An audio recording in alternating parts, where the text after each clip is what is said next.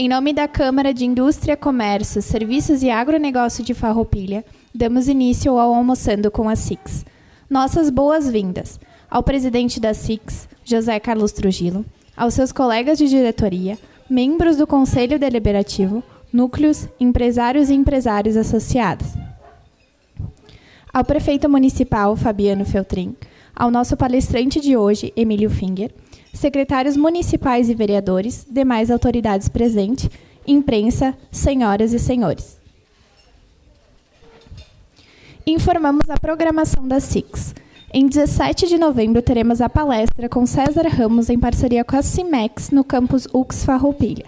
Faça sua inscrição. Em decorrer do evento, na quinta-feira que vem, não teremos Almoçando com a SIX. Convidamos a todos para o jantar de encerramento da diretoria 2020-2022 e solenidade da posse da diretoria 2023-2025. O evento ocorrerá aqui no restaurante Parque dos Pinheiros no dia 1 de dezembro, a partir das 7h30. Faça sua reserva com a Secretaria da SIX. Nossos eventos contam com o patrocínio da Cooperativa Sicredi Serrana, com o apoio do Hotel Di Capri, Veritá Diagnóstico por Imagem, Planeta Água, Apliper Software, Rosler Automação Industrial e Energia Solar. Antes de abrirmos os trabalhos de hoje, informamos que ao final da palestra, quem desejar fazer questionamentos ao nosso palestrante, por gentileza, sinalize para solicitar o microfone. O tema, Negociando com os Meus Limites, será apresentado por Emílio Finger. Emílio é natural de Flores da Cunha. Há mais de 24 anos trabalhou para as empresas Randon. Hoje é diretor da Racon Consórcios e atualmente palestrante. E ainda pós-graduado em Gestão Estratégica de Vendas. Nesse momento, convidamos o presidente da SIX, José Carlos Trujillo, para as mensagens de boas-vindas. Que bom tê-los aqui, tá? Acho que, poxa vida, são situações, oportunidades aí que temos e hoje vai ser diferente. Só queria chamar a atenção a vocês, porque a questão de uns 15 dias atrás, eu pedi, né, para vocês pensarem nos vossos princípios, né? Dado que a gente tinha uma situação individual que poderia interferir no global. Bom, passado, agora nós temos que pensar, e eu diria para vocês pensarem em propósitos, tá? Pensem em propósitos. Ontem eu estive uma felicidade de estar participando da premiação do nosso prefeito Fabiano, um dos prefeitos empreendedores do estado do Rio Grande do Sul, no projeto do Sebrae, fazendo a diferença. Parabéns aí, Fabiano, e toda a equipe ali. E realmente não era só, tinham outros prefeitos com projetos fantásticos, né, Fabiano? Né, muito. Então, quem tiver a oportunidade, depois até a gente passa o link para vocês darem uma olhada. E o dia anterior eu estive em Bento, participando do primeiro Fórum de Inovação, né? Também com pessoas aí trazendo não só situações a nível de tecnologia, a nível mundial, mas também trazendo situações do nosso próprio Rio Grande e também Santa Catarina, que se tornou uma referência a nível de inovação, a nível de Brasil. Ou seja, o mundo está virando, pessoal. O mundo está virando, então por isso que eu lhe peço, pensem em propósitos, vamos rever aí, chacoalhar a poeira aí, tocar a vida para frente, que muito nós temos que contribuir e ser. E hoje, mais do que nunca, tem muito a ver, né? A satisfação de tê-lo aqui, Finger, trazendo realmente esse desembaraço, né? Para que a gente não só com os nossos interiores, mas com tudo que nos rodeia, possa fazer na nossa vida e dos outros que nos rodeiam melhor. Então, aproveitem, Finger, satisfação tê-lo aqui e vamos em frente, tenham um bom almoço e uma boa palestra. Em especial, o meu agradecimento ao meu amigo Fabiano, de coração, meu irmão, posso dizer que é um grande irmão meu, a presença também do meu franqueado de Farroupilha, nosso melhor franqueado do Brasil, diga-se passagem, Juarez, seu filho, mas, em especial, um agradecimento a vocês que vieram me prestigiar. Hoje eu vou contar um pouco eu vou falar a vocês sobre negociando com os meus limites. Negociando com os meus limites nada mais é do que uma história verdadeira de vida, que é a minha história de vida. Eu tenho uma palestra chamada Gestão do Coração, que estaremos trazendo a Farroupilha em março, né, Fabiano? E nós queremos fazer um grande espetáculo. Então, hoje eu vou falar um pouco sobre os limites que eu tive que enfrentar desde os meus 6 meses de idade. Mas, principalmente, vou mostrar a vocês um pouco do meu maior desafio, que eu posso dizer o meu maior desafio físico e mental, que foi, principalmente depois de adulto, ter enfrentado e atravessado a Espanha inteira a pé. Eu fiz nada mais e nada menos do que 840 quilômetros, eu e minhas 2 bengalas, e minha amiga, se aparecer, minha amiga Lady Indicati. Mas antes de eu começar a contar um pouco da história de Santiago de Compostela, e que é praticamente uma aventura de vida, eu quero contar um pouco da minha história de vida. Eu nasci dia 7 de julho de 1963, 6 meses depois eu contraí paralisia infantil. Naquele momento começava um grande desafio para mim, para os meus pais e para os meus irmãos. Os médicos disseram para os meus pais que eu nunca andaria. Os médicos afirmaram para os meus pais que eu não ia caminhar. O que levou o menino Emílio a vencer uma das doenças mais cruéis da minha época? A paralisia infantil. Porque a paralisia infantil é uma doença grave, ela causa paralisia em determinados membros e músculos. No meu caso, eu não movimentava nem o braço, nem as 2 pernas. Nenhum movimento. E o tratamento da paralisia consiste simplesmente em melhorar a qualidade de vida, porque a paralisia infantil não tem cura. Há alguns dias atrás eu fiz um vídeo para a Secretaria de Saúde de Farroupilha, de Flores da Cunha, de Caxias do Sul, de Gramado, pedindo para que os pais levassem as crianças para vacinar. Porque é muito simples o apelo em que eu faço, porque nenhuma criança merece enfrentar uma doença que não se tem ideia do que é. Por mais conhecida que ela seja, ainda ninguém conhece aonde ela pode levar, as consequências que ela pode deixar em uma criança. Por isso, eu reforço o apelo a todos vocês, que nos ajudem nessa campanha, né, Fabiano? Porque as vacinas ainda estão nos postos de saúde. O Emílio teve sorte. O Emílio nasceu numa família fantástica, acima do seu tempo, e teve um pai e uma mãe que não só fizeram uma família inteira acreditar que o Emílio poderia andar um dia, como fizeram uma comunidade inteira acreditar. Nós todos somos movidos a sonhos e desejos. E são os nossos sonhos e desejos que fazem com que a gente possa ir além das nossas forças, tanto físicas como emocionais. Foi eles acreditando nos sonhos que o Emílio queria desenvolver, que eles acharam um caminho para dar esperança àquele menino na realização dos seus sonhos, que era o primeiro passo, andar. Nada se conquista sem o primeiro passo. Por isso eu trago a versão, para não apresentar a gestão do coração, porque não teria tempo e não seria o momento, eu trago a versão da uma parte da minha história de vida, que é o caminho de Santiago de Compostela.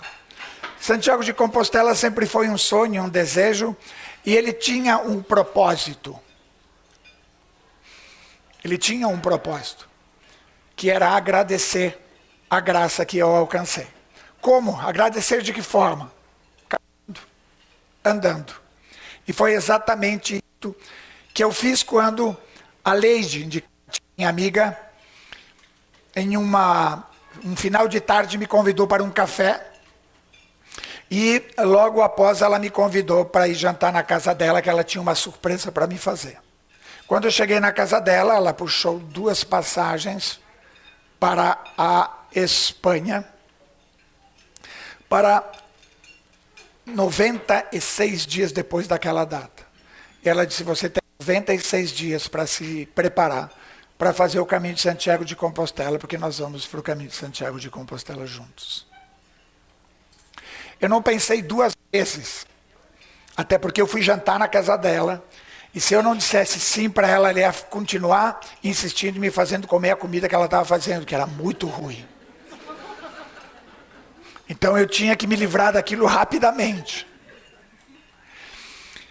Mas realmente, naquele momento eu fiquei surpreso porque ela não pediu nada para mim, ela só emitiu as passagens. E eu acho que é assim, às vezes, que nós temos que enfrentar os nossos limites. É dizer, bom, ele está aí na minha frente, eu não tenho outra escolha. E aí, eu entro na primeira grande sacada da negociação dos nossos limites. Para negociar com os nossos limites, nós temos que ter a aceitação. É engraçado, porque as pessoas confundem aceitação com aceitar. Aceitação é você aceitar que aquilo está como um desafio ou um propósito e enfrentar. Você tem que começar a negociar com a sua aceitação. As pessoas aceitam e não negociam. Tá bom, eu aceito, mas vamos fazer o seguinte. Eu vou negociar contigo que isso está acontecendo, mas eu não quero continuar aqui. Eu quero me movimentar. E foi exatamente isso que eu fiz. Eu tive a aceitação desde pequeno, desde criança, e eu fui encorajado a negociar com esta aceitação. E é a negociação que nós temos com os nossos propósitos que fazem nós enfrentar e ir adiante. Eu me preparei por mais de 90 dias. Eu começava a treinar às 6 horas da manhã, ia até às 9 da manhã, tomava banho, ia para a empresa, meio-dia saía da empresa, treinava até às 3, ia para a empresa até às 5, começava a treinar às 6 e ia até às 10 da noite. Durante 90 dias, com personal, com um médico que me auxiliou na parte física, clínica, com um fisioterapeuta e com um preparador físico. Eu levei o meu corpo aos limites que eu podia, sabendo do que eu ia enfrentar, imaginando o que eu ia enfrentar em Santiago de Compostela. Nós, em Santiago de Compostela, fomos praticamente com o essencial para a vida. E muitas vezes a gente fica sempre dando a desculpa que a gente precisa mais para enfrentar. A gente sempre, não, mas quem sabe quando eu tiver, mas quem sabe daqui a um ano, né? E a gente nunca faz. E esta é a prova de que a gente pode fazer mais com menos, porque tudo que a gente precisou no caminho de Santiago estava numa mochila que a Leide levou de 11 quilos. Nós levamos isso aí para Santiago de Compostela. E nós vivíamos com isto aí. E muitas vezes nós ficamos esperando algo acontecer para que a gente enfrente os nossos limites para a realização dos nossos sonhos e desejos, e na verdade não precisa. Nós precisamos o essencial, que está dentro de nós. O resto é bagagem. Importante, quero passar para vocês algumas imagens, enquanto eu vou passando, que eu saí exatamente de Saint-Jean. Saint-Jean é na França. Eu saio da fronteira da França, nos Pirineus, e eu começo a minha caminhada num pequeno povoado, e se chama os Pirineus. Os Pirineus são montanhas onde tem diversos pinos, pinheiros. É fantástica, mas é muito íngreme. Então, tu já sai tendo uma dificuldade muito grande. Não diferente de quando eu nasci. A maior dificuldade que eu tive foi enfrentar a paralisia infantil sem saber aonde eu ia chegar. Será que eu ia conseguir chegar no final do caminho ou não? Bom, a cada passo que eu dava e a cada momento em que eu vivia, eu me sentia mais próximo do meu objetivo. Porque o meu objetivo não era a cidade de Santiago de Compostela. O meu objetivo era o agradecimento. Era o agradecimento que estava me fazendo chegar a Santiago de Compostela. E nós, por muitas vezes, esquecemos de agradecer e só sabemos pedir. E nós pedimos para quem? A gente acha que a gente pede para alguém, mas a gente pede para a gente mesmo, né? E esta é mais uma tarefa difícil de enfrentar. Quando eu cheguei em Roncesvalles, 790 quilômetros de Santiago de Compostela, eu até este momento eu caminhava com uma única bengala. E eu estava quase muito próximo de desistir, depois de praticamente 100 quilômetros. Porque estava muito difícil, muito árduo, e eu estava com muitas dores nas pernas. Foi aí que a minha amiga Leide lembrou de que eu tinha levado uma segunda bengala, ela está lá, de reserva. Eu disse, vai que quebre uma, né, o Feltrin. E aí ela disse, Emílio, por que tu não tenta com as duas bengalas? Eu comecei a caminhar com a segunda bengala e nos próximos 50 quilômetros eu comecei a atravessar pequenas pontes e um grande bosque. Este cara, em especial um argentino, morava, só com uma curiosidade, morou junto com um Bergoglio, junto com o Papa Francisco na Argentina. Eram amigos, jogavam futebol juntos. O Bergoglio disse que não jogava nada. Essas pequenas pontes eram grandes dificuldades para mim. Elas parecem pequenas, mas eu tinha que me equilibrar. Foi onde eu comecei a andar com as duas bengalas. Eu digo isso por quê? Vou mostrar um videozinho enquanto eu falo, eu atravessando uma das pontes. Por que eu falo isso? Porque nós todos temos dificuldades maiores ou menores. Nós não estamos aqui, nós não estamos e não devemos estar aqui para comparar as nossas dificuldades com os outros. Nós estamos aqui para enfrentar as nossas dificuldades. E muitas vezes nós fizemos essa comparação para quase termos uma desculpa para o nosso não enfrentamento. Neste vídeo, eu já estava com as duas bengalas, e aí vai uma grande mensagem que vai aparecer lá no fim, mas eu vou trazer ela a vocês. O mundo de hoje não é do mais rápido, e nem tampouco do mais inteligente. Ele é daquelas pessoas que se adaptam rapidamente. Eu me adapto rapidamente, eu acho que foi isso que fez com que o Emílio enfrentasse a paralisia infantil de uma forma divertida e lúdica.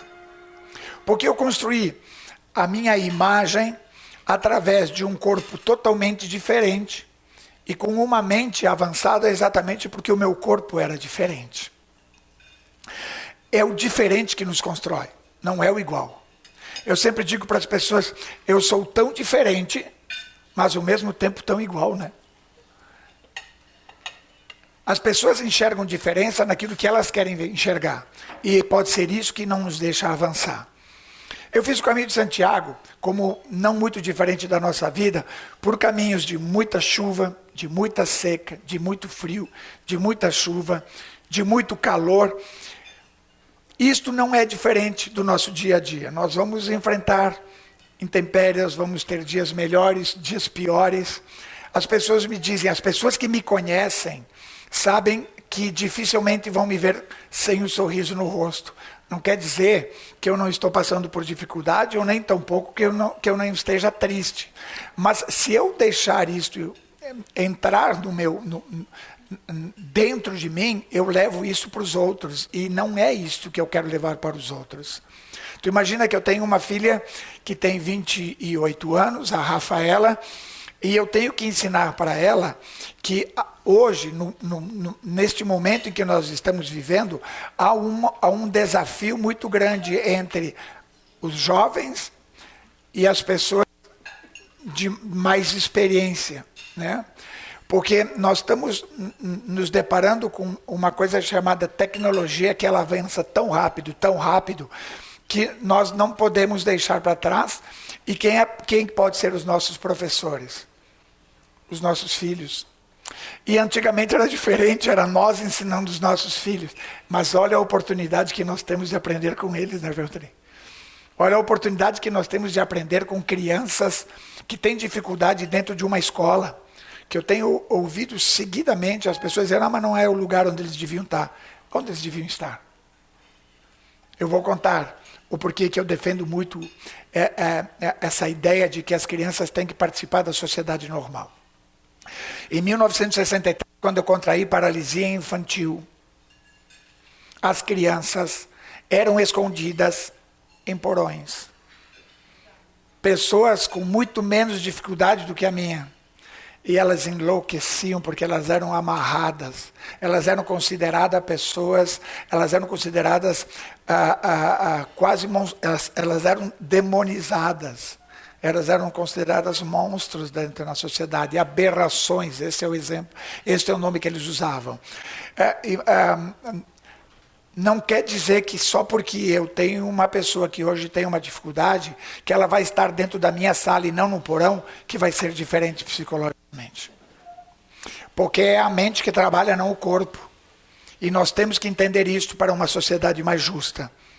Em diversos albergues nós estivemos, em diversos caminhos de muito sol, de paisagens lindas por Santiago de Compostela, que é a beleza de você poder fazer uma reflexão da onde você acertou e da onde você errou. E a gente não precisa ir a Compostela para fazer isso. A gente pode fazer isso no dia a dia, a gente pode fazer isso 5 minutos antes de ir dormir. Vem cá, onde que eu acertei? Onde que eu errei? Onde que eu tenho que melhorar? Nós viemos aqui para melhorar, nós viemos aqui para ser seres humanos melhores amanhã. Nós não estamos aqui de passagem. O Feltrin não está aqui de passagem, ele não assumiu a prefeitura de Caxias do Sul porque ele queria só ser prefeito. Ele sabia que ele tinha uma missão a partir do momento que ele assumiu ser prefeito. E todos nós temos a nossa missão. Quando as pessoas me dizem, Emílio, tu gosta de fazer palestra? Agora há pouco o Juarez me disse, Emílio, tu gosta disso? Eu gosto porque é uma missão. É uma missão poder levar alguma coisa diferente para as pessoas do que o seu dia a dia. Fazer as pessoas pararem e as pessoas raciocinarem, não só tocarem a vida. Por todos os lugares onde eu dei em Santiago de Compostela, muitos desses lugares apareciam assim, ó, um menino dando limonada para os peregrinos, diversas carrocinhas espalhadas pelas colônias, com frutas e água, para que a gente pegasse, a gente não precisava pagar. Porque eu me lembro que eu passei e foi muito próximo desse local, esse cara é um americano, um holandês, e depois quero contar um pouco a história desse cara.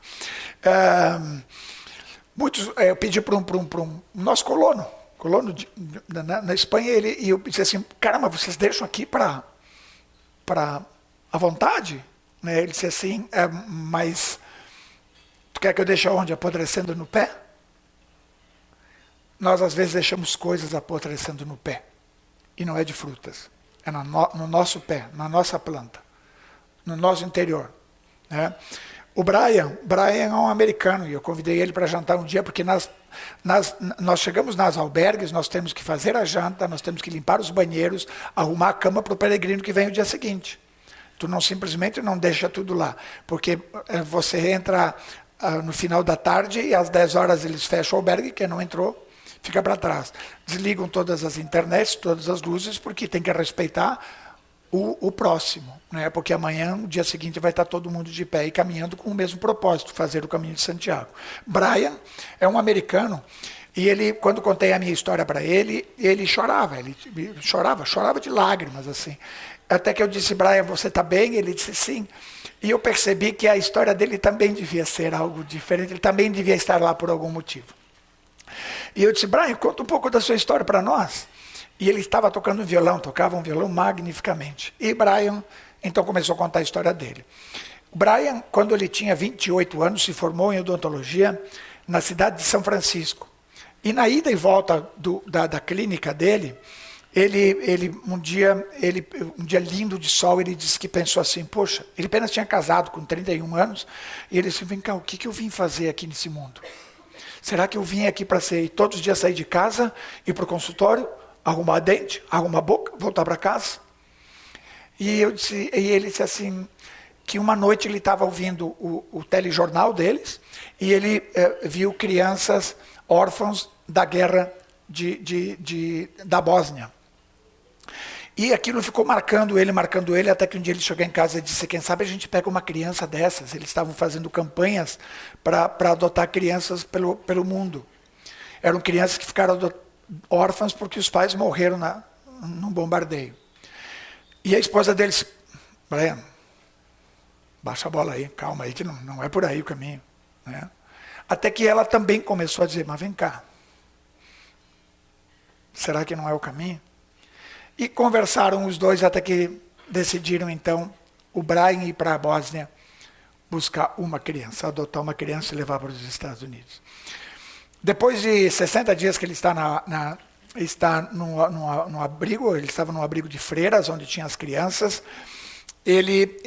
compraram as passagens e estava tudo certo para eles, então, embarcarem com a criança de volta para os Estados Unidos. E um dia antes dele embarcar, ele foi visitar a criança e dizer que o dia seguinte eles iam viajar, e ela não parava de chorar. Era a nova vida dela, era a oportunidade dela viver uma outra vida. E o Brian chegou para a freira e disse, vem cá, ela não para de chorar, ela está triste. E aí a freira mandou ele sentar na cadeira e disse, Brian, é que ela está deixando 2 irmãs aqui. O que o Brian fez? Levou as 3. E às vezes a gente não consegue já olhar para o mendigo que está na calçada pedindo comida. Então, o ser humano, ele tem que aprender com as histórias, por isso que eu digo que é uma missão, é a missão dele também. Hoje ele visita cidades pelos Estados Unidos, incentivando as pessoas a cuidarem de alguém. Não importa quem, não precisa ir para a Bósnia para cuidar de alguém. Enfrentei dias como neste em especial eu fui dormir 4 quilômetros naquela montanha, eu caminhava de 14 a 16 quilômetros por dia, e não é diferente quando eu viajo. O meu hobby é viajar, eu viajo pelo mundo, e as cidades em que eu vou visitar, e eu já visitei muitas cidades pelo mundo, eu visito elas a pé. Eu visito de um canto ao outro a pé. Há um mês atrás eu estava subindo a maior montanha de gelo da Europa, que era o Mont Blanc. Subi o Mont Blanc, desci o Mont Blanc com muita neve, com muito frio, com muita dificuldade, mas era mais um sonho, era mais um desejo, era mais algo que me motivava. Aqui eu trago essa fotografia para vocês verem que a Leide carregava uma mochila, carregava perto de 11 quilômetros, e tudo que nós precisávamos estava aí. Os albergues onde nós ficávamos, na maioria deles, os peregrinos tiram o sapato e deixam nas janelas ou no andar de baixo, porque senão ninguém dorme, né? A tarde inteira caminhando, depois de 30 dias. Né? Aqui a Leide estava ajudando um coreano a fazer a comida, eu estou aqui, depois nós lavávamos os pratos, deixávamos o albergue pronto para o dia seguinte. Às vezes nós estamos no trabalho e não deixamos nem a nossa mesa arrumada para o próximo que vai usar. Né? Sempre dormíamos em ou colchonetes ou em beliches, aqui num albergue um pouquinho melhor, que se chama albergue hospital. O albergue hospital é porque às vezes a gente tem que parar, e é também na nossa vida assim, a gente tem que dar peraí, vamos dar uma parada, vamos cuidar dos calos, vamos cuidar do que está doendo para a gente poder seguir. Né? E também quero contar um pouco a história desse cara aqui. Eu tinha aqui Burgos, e Burgos é uma cidade grande, e nós enfrentamos um caminho muito difícil, por quê? Porque eu saí do albergue hospital e estava caindo o mundo. Muita chuva, muita chuva, muita chuva. Eu caminhava, eu não enxergava os pés, porque a trilha era no meio dos trigos, então ela estava funda e tinha muita água, então eu não enxergava os pés, e eu caminhava muito devagar. E as pessoas passavam por mim e diziam, Armstrong, você é forte, você é um campeão, e me incentivavam, mas eu caminhava muito mais lento do que eles, até que a chuva parou. E quando eu disse, bom, a chuva parou agora, a coisa vai melhorar. Aí ficou a lama. Aí ficou muito escorregadio. E todos passavam e seguiam. Todos passavam, me davam força, mas seguiam. Até que passou esse cara aqui. E passou, me bateu nas costas e seguiu. Mas eu estava com uma capa, então eu não conseguia, mal e mal aqui nos pés. E quando olhei, ele estava daqui à porta. E ele não se afastou mais. E aí ele olhou para trás, viu que eu estava com dificuldade, e ele disse, I'm here, let's go. Eu estou aqui, venha. Ou seja, ele não precisou falar nada. Depois disso, eu sabia que tinha alguém comigo. E muitas vezes nós estamos perto de uma pessoa, nós estamos a uma distância de quilômetros dela. Aqui. E aqui.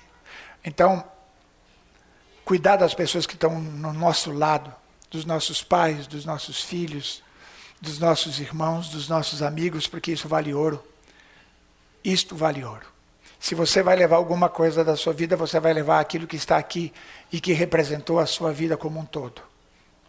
Então, chegamos numa encruzilhada, nos abracemos, batemos essa fotografia, nos trocamos uma palavra.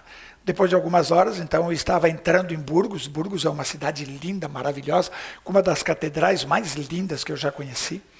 É enorme. Participei da mesa dos peregrinos. Depois nos encontrávamos sempre com caminhos, porque eu passava, eles passavam. Os albergues de freira, na maioria deles, então nós fazíamos as nossas rezas, mas não bastasse a minha dificuldade física, tinha outras que vinham a me incomodar, que eram os tendões e as bolhas nos pés. Muitas bolhas nos pés. Como a gente tratava a bolha nos pés? Com uma agulhinha, que nem nossas mães faziam, né? No dia seguinte, pomada nos pés, vaselina nas meias, porque não dá para parar. Por que eu trago essa imagem? Porque muitas vezes a gente está ferido, a gente está cansado, a gente está com dor. E não é dor física, a dor emocional, mas nós temos que seguir. Não tem jeito. A vida não vai parar para nos consertar. Não tem. A vida vai continuar, você querendo ou não. Então arregaça as mangas, bota a linha com agulha, metiolato e vamos de novo. Não tem outro jeito. Hoje eu não vou. A vida não vai parar porque você não vai. Ela vai continuar. Mas todo desafio também e toda negociação, todos os sonhos e desejos têm as suas graças, né? Tem as suas recompensas. A cada lugar que a gente chegava e que era a etapa do dia, eu me sentia um grande vitorioso.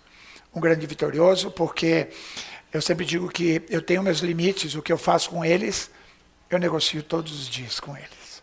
Porque eu acordo todas as manhãs com muitas dores nos 2 pés e no joelho. E eu tenho que escolher se eu vou levantar ou não.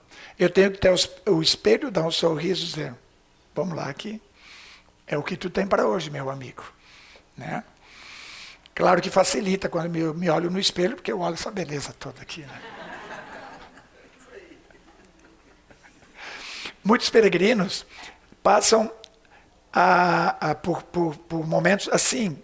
São pessoas que se vestem de peregrinos da época da antiguidade e eles então nós deixamos uma mensagem.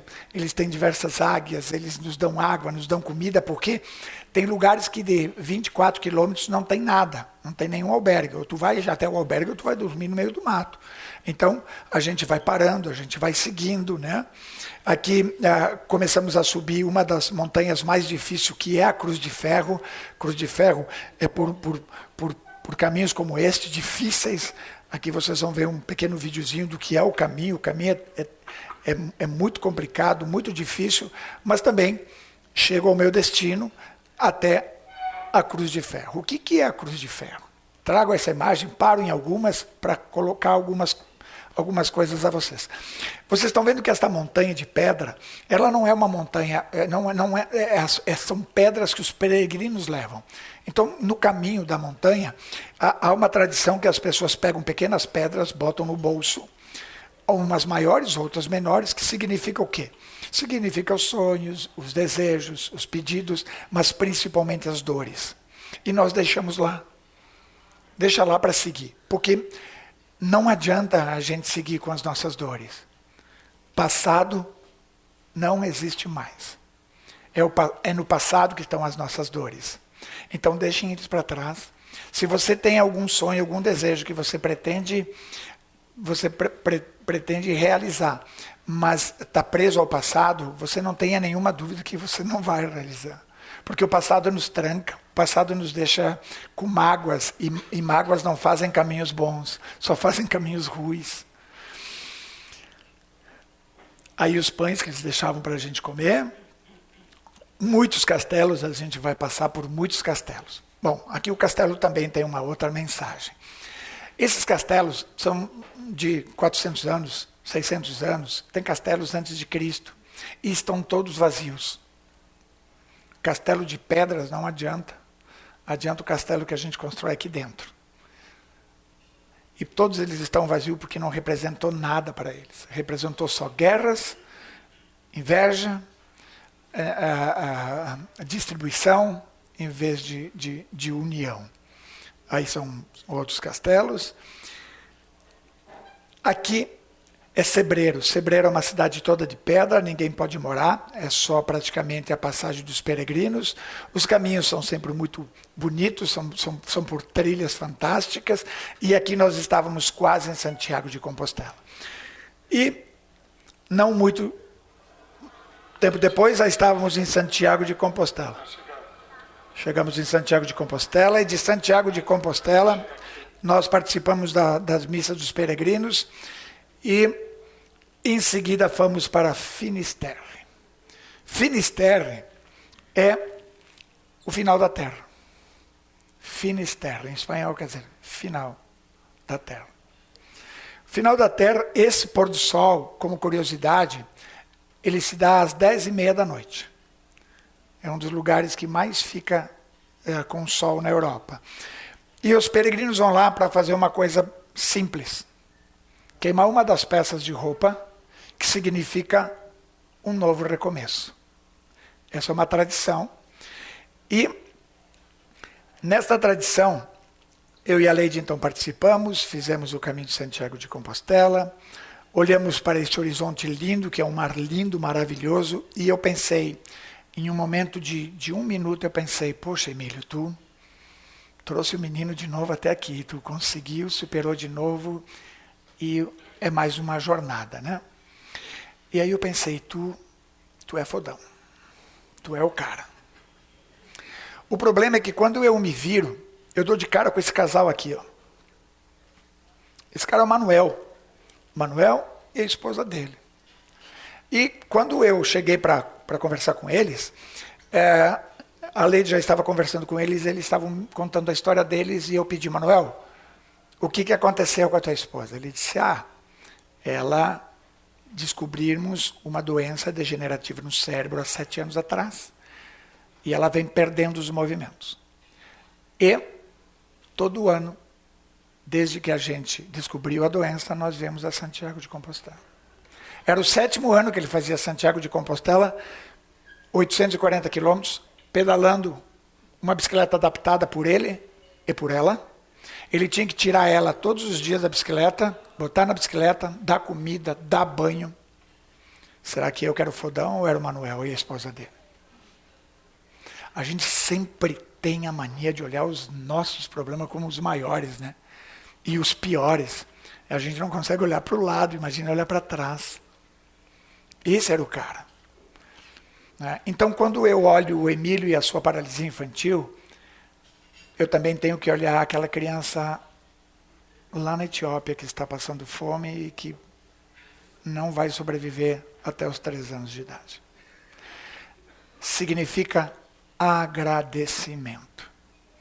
Agradecimento a gente usa tanto uma igreja, os templos ou a nossa igreja pessoal. Aqui, a igreja em Santiago de Compostela, aqui é o Botafumeiro, aonde eles colocam este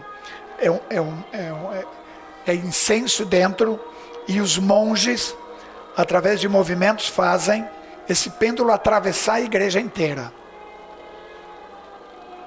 Isto é uma tradição milenar dos peregrinos. Alguém tem ideia o porquê que esse pêndulo corta a igreja? Esse pêndulo corta a igreja por um motivo muito simples. Ele começou, e hoje é uma tradição, porque antigamente os peregrinos chegavam, 300 anos atrás, e iam direto para a igreja. E o pêndulo era para separar o cheiro dos peregrinos com o dos padres, porque era muito forte. Então, eles botavam o pêndulo para separar. Aqui eu também tenho, e conheci em Santiago de Compostela, um casal, que a gente passava por eles, passavam por nós, até que um dia a gente parou e fomos convidados para participar do aniversário dela. Olha só, eu e o Renato, a gente fez o caminho de Santiago e numa das etapas a gente conheceu a Leide. Daí a Leide contou pra gente um pouquinho da história dela, contou que estava fazendo o caminho junto com o Emílio. E ouvindo essa história, eu lembro que eu comentei com o Renato que a Leide, ela era a acessibilidade que o Emílio estava precisando. E a vida mais uma vez mostrando pra gente as diversas possibilidades.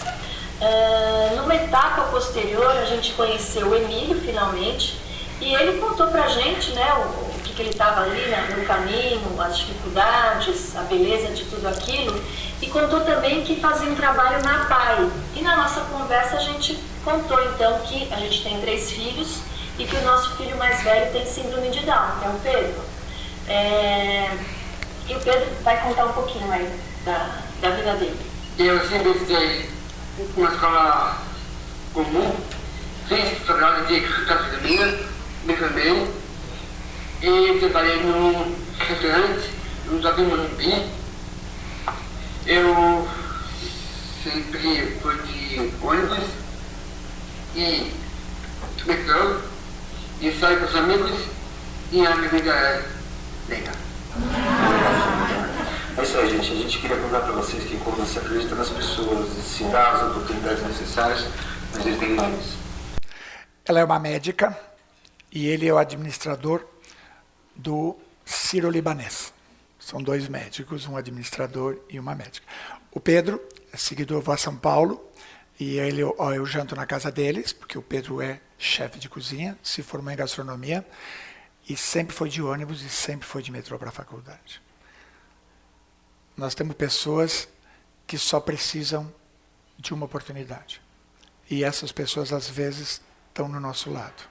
Quando eu vejo o Fabiano fazendo alguma coisa em prol da comunidade, eu digo, é só isso que nós precisamos para um Brasil inteiro. Para um Brasil inteiro. Como mensagem final, eu gostaria de colocar uma coisa que eu sempre coloco em todas as minhas palestras, e eu não abro mão disso. O Emílio, ele acorda todos os dias para uma vida diferente. E quando ele vai dormir, ele agradece todos os dias pela vida diferente que ele teve naquele dia. Nós não temos outra oportunidade que não seja viver este momento. Tem pessoas que me dizem assim, Emílio, amanhã eu vou começar a ser mais disciplinado, eu vou entregar as minhas metas, eu vou aproveitar a vida. Tem outros que me dizem, Emílio, se meu pai tivesse me dado uma oportunidade, se eu tivesse escolhido uma outra profissão, se eu fizesse algo diferente, eu estaria realizado, e este amanhã nunca chega. Então eu gosto de dizer que passado não existe, e futuro não é muito diferente do passado, porque ele também não existe. Nós só temos a diferença entre um e outro, é a perspectiva. Nós temos a esperança que no futuro a gente realiza. Mas se nós não começarmos hoje, não existe presente.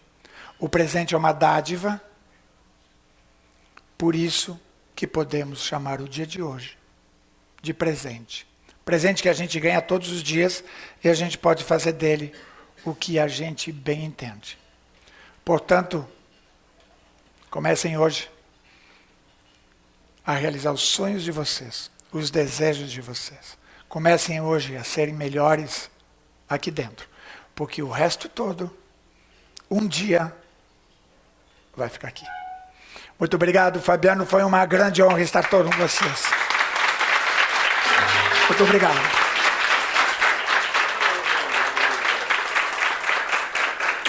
Obrigado, meu querido.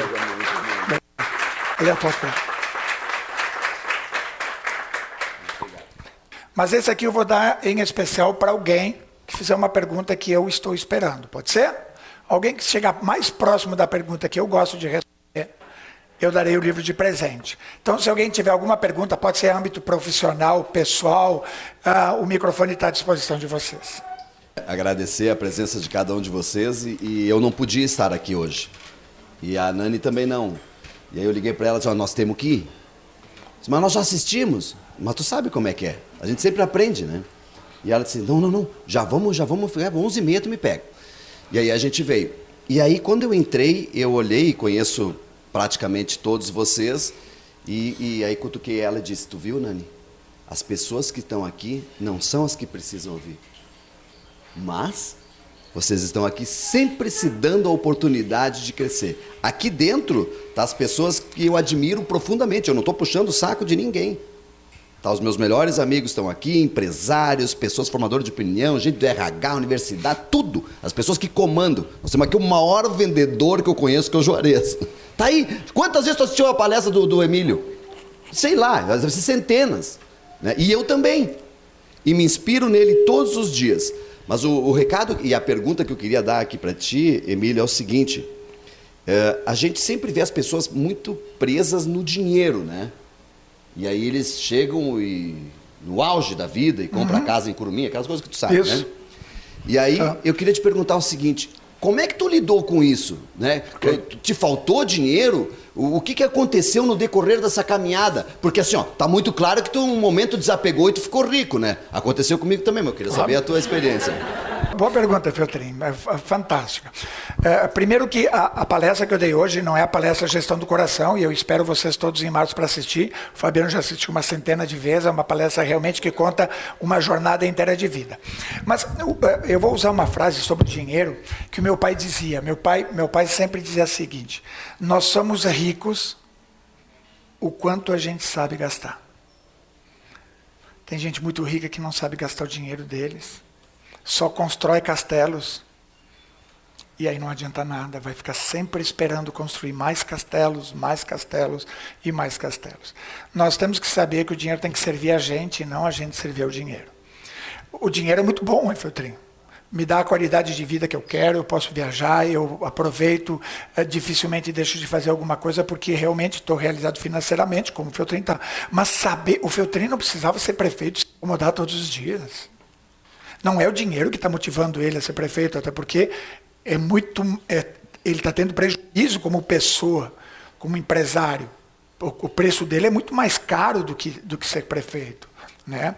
Quando eu saio para palestra, eu viajo a São Paulo, Rio, a Belo Horizonte, viajo a Curitiba para dar palestra, eu me ausento 3 dias da minha empresa. Com certeza eu não ganho o que eu ganharia dentro da minha empresa, o Juarez sabe disso. Mas não é isso. O dinheiro tem que ter uma parte, ele tem que ser parte da nossa vida. Sim, mas nós temos que escolher da que forma ele vai fazer parte da nossa vida. Então, prisioneiro do dinheiro, nem pensar. E não quer dizer muito ou pouco, não é essa a questão. É como saber lidar com essa coisa chamada dinheiro. Semana passada, dando a palestra para o Sênior, e uma senhora me disse, mas tu não fala de fé. O que é acreditar, se não é fé? Não existe palavra mais significante do que crer, do que acreditar. Acreditar é fé. Porque se eu falar em fé, e eu apontar 1, 2 ou 3 ou 4 religiões, se eu falar especificamente em fé, as pessoas levam para o lado da religião. E fé é mais do que religião. Fé é muito mais do que religião. Acreditar como a minha mãe acreditava que o menino podia andar, ela não acreditava só no menino, ela acreditava em São Gotardo. Se vocês lerem aqui a história do menino Emílio, a minha mãe fez uma... Eu vou na missa de São Gotardo, 5 de maio, em São Gotardo, Flores da Cunha, todos os anos, porque foi aonde ela fez a promessa para o menino Emílio andar. Mas a fé dela não pode só ser movimentada por oração. Tem que ser movimentada por razão e ação. Sentar e pedir para Deus, não adianta seja Ele qual for, se o seu Deus aqui dentro não se movimentar. É este que faz a diferença, independente de em quem você acredita. Né? Olha só, gente, eu vou abrir algumas coisas, por exemplo. Eu subi o Mont Blanc agora há pouco. Eu já subi o Monte Etna a pé. São 3.800 metros de altitude, o maior vulcão ativo da Europa.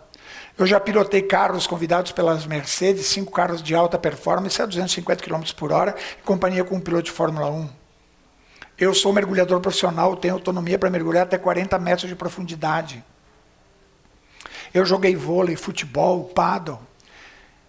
Eu sou um profissional hoje, graças a Deus, não estou aqui me vangloriando, mas referência no que eu faço. Isto é porque a gente se abre por aprendizado, a gente se abre para a vida. Não precisa de dinheiro para fazer o que a gente precisa. O dinheiro é um instrumento, mas nós precisamos primeiro colocar no nosso planejamento. Obrigado pela pergunta. Os sonhos e os desejos nossos são individuais, são da gente. Né? Eu acho que sim, eu acho que está dentro do meu DNA, mas não com tanta grandeza. Eu faria, provavelmente, não dentro de um desafio de vida, mas sim como uma aventura. É uma aventura, mas principalmente um desafio de vida. É um aprendizado para o Emílio, sempre que ele consegue enfrentar e além daquilo que o corpo dele lhe permite. Acho que sim. Quem tinha o microfone?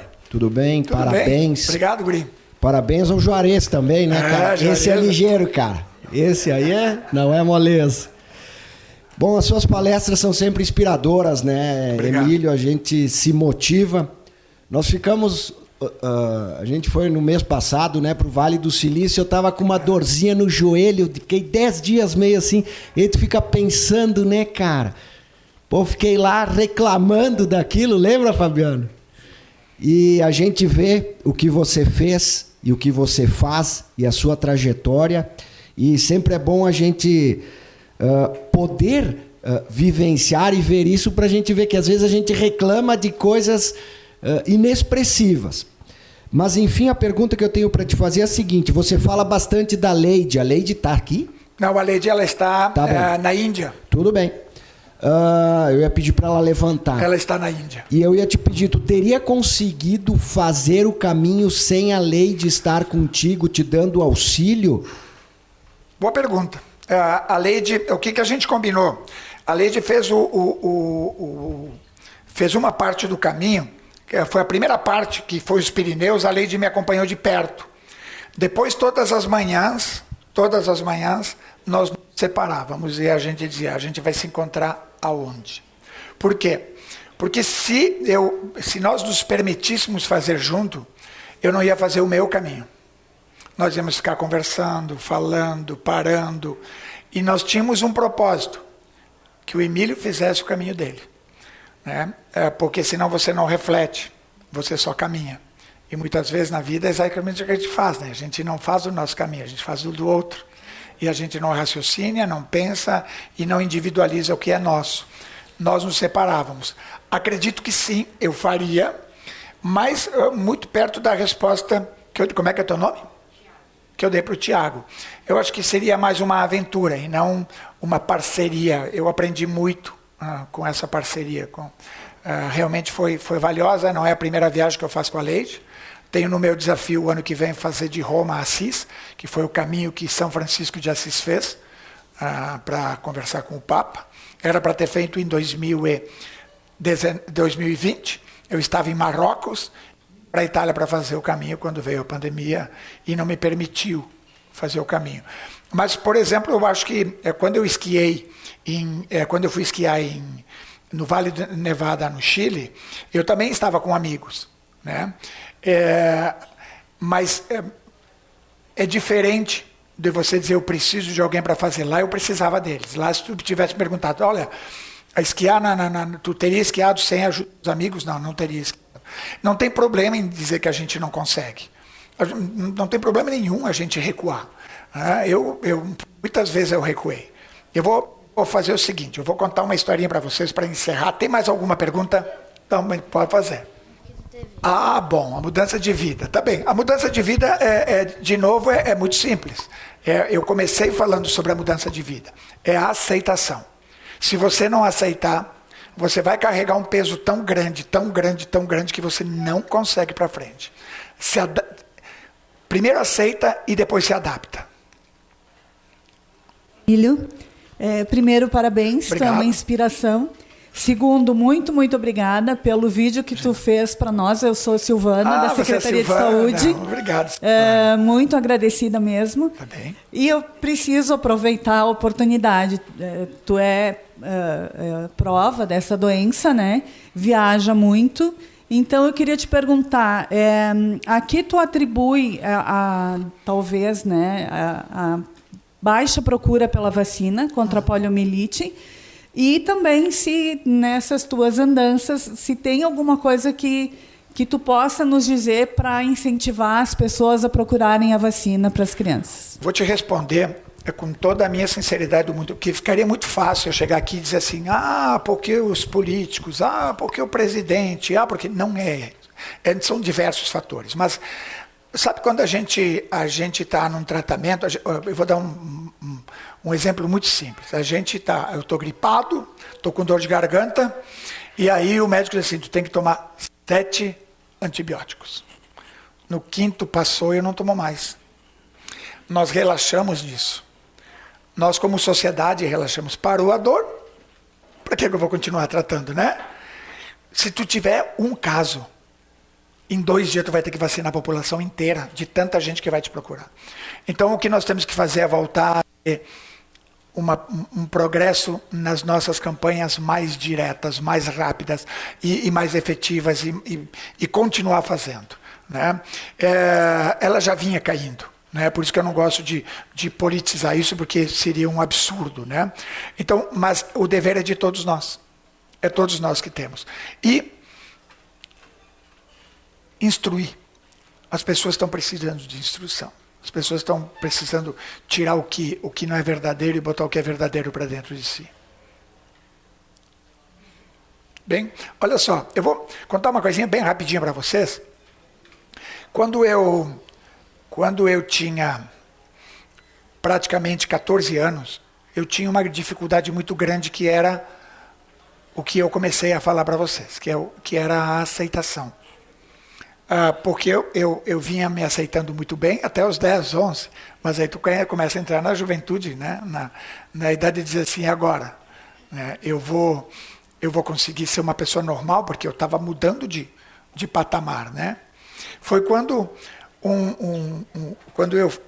uma pessoa, um grande amigo meu, me disse uma coisa que me tocou tanto, que até hoje eu vejo assim. Ele me disse assim, Emílio, tu já venceu. E as pessoas não te enxergam como deficiente. Nós nos preocupamos muito com o que as pessoas pensam e enxergam de nós. E nós esquecemos o que nós temos aqui dentro para realmente fazer a diferença. Então, olhem para dentro de cada um de vocês e dão importância para aquilo que vocês têm aí dentro. Que é isso que pode mudar alguma coisa na nossa comunidade, no nosso país, no nosso estado, mas principalmente dentro de vocês. Mais uma vez, o meu muito obrigado. Foi um prazer enorme estar com vocês esse meio-dia. Obrigado. Obrigado.